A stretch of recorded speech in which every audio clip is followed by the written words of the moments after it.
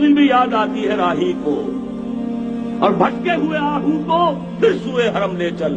اس کی ضرورت ہے مسلمان کو پھر اس کا مقصد یاد دلایا جائے۔ پاکستان اس لیے نہیں بنایا گیا تھا کہ ہمارے ہاں ٹاٹے اور برلے نہیں تھے تو ہمارے پاس اس کے بھی باپ وجود میں آ جائیں، اس لیے تو نہیں بنایا گیا تھا۔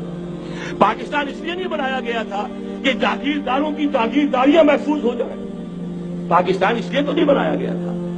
اور یہ کہ نمازیں اور مسجدیں تعمیر ہو جائیں، مسجدیں تو امریکہ میں تعمیر ہو رہی ہیں عالی شان سے عالی شان، اس لیے پاکستان نہیں بنا تھا۔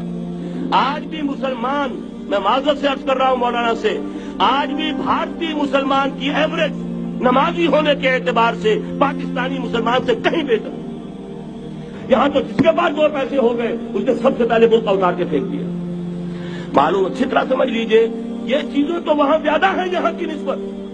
وہ نظام عدل اجتماعی، وہ جس میں حریت ہو، جس میں عام آدمی بھی خلیفہ وقت کو ٹوک سکے۔ یہ کرتا کیسے بن گیا؟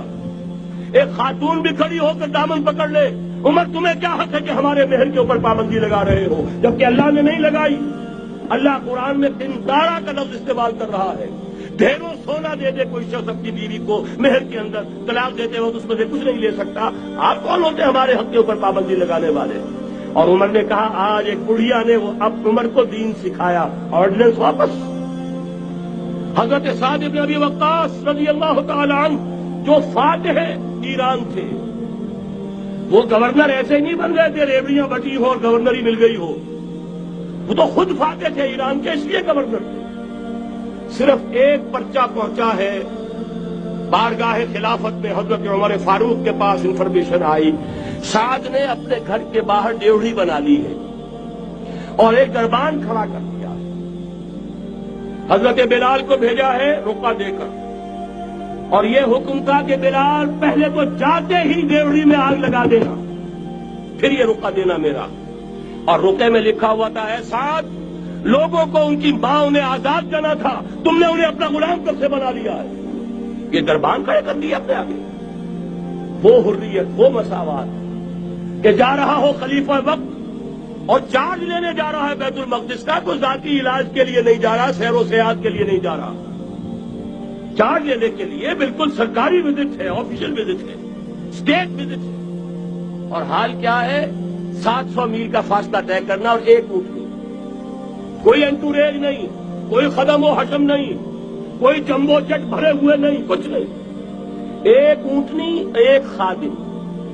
اس ایک اونٹنی پر چونکہ راستے کا راشن بھی ہے لہذا دو آدمی نہیں بیٹھ سکتے، ایک بیٹھ سکتا۔ ایک منزل خلیفہ وقت بیٹھا ہوا ہے اوپر اور خادم نکیل پکڑ کر چل رہا ہے، اگلی منزل خادم اوپر بیٹھا ہے اور خلیفہ وقت عمر بن الخطاب رضی اللہ تعالی عنہ اور وہ آگے آگے نکیل پکڑ کر چل رہا ہے۔ یہ نظام چاہیے آج نوع انسانی کو۔ اس کے انتظار میں، اس کی تلاش میں نوع انسانی نے کتنے تجربے کر لیے، کیسی چھلانگیں لگائیں، ملوکیت ختم کی، آسمان سے گرا کھجور میں اٹکا، جمہوریت آئی نام نہاد، لیکن وہ سرمایہ دارانہ نظام بن کر آگے سے بڑھ کر لعنت بن گئی۔ پہلے جاگیردار مسلط تھا، اب سرمایہ دار اور کارخانے دار مسلط ہو گیا۔ اس سے نکلنے کے لیے زور لگایا، کمیونزم کی طرف گئے، چھلانگ لگائی، اب ایک پارٹی ڈکٹیٹر بن کر بیٹھ گئی۔ انسان رستم یک بنتا استاد در بندے جگر، ایک چیز سے غلامی سے نجات پاتا ہے، دوسری میں پھنس جاتا ہے۔ اور کیوں؟ کہ وہ نظام عدل اجتماعی جو محمد عربی کو دے کر بھیجا گیا تھا، اس کے کسٹوڈین سوئے ہوئے، اس کے کسٹوڈین کو اندازہ ہی نہیں۔ یہ نسخہ تو ہمارے پاس تھا، ہمیں عمل کرنا تھا اور دنیا کے سامنے پیش کرنا تھا۔ پاکستان بنایا اس لیے گیا تھا کہ ہم اس کا ایک نمونہ دنیا کے سامنے پیش کریں گے۔ قائد اعظم نے فرمایا تھا کہ ہم یہ چاہتے ہیں کہ پاکستان کی صورت میں ایک نمونہ قائم کر کے دکھائیں۔ کہاں ہے وہ؟ بھٹک گئے، سو گئے۔ بہرحال اب بھی وقت ہے، جب تک سانس تب تک آس۔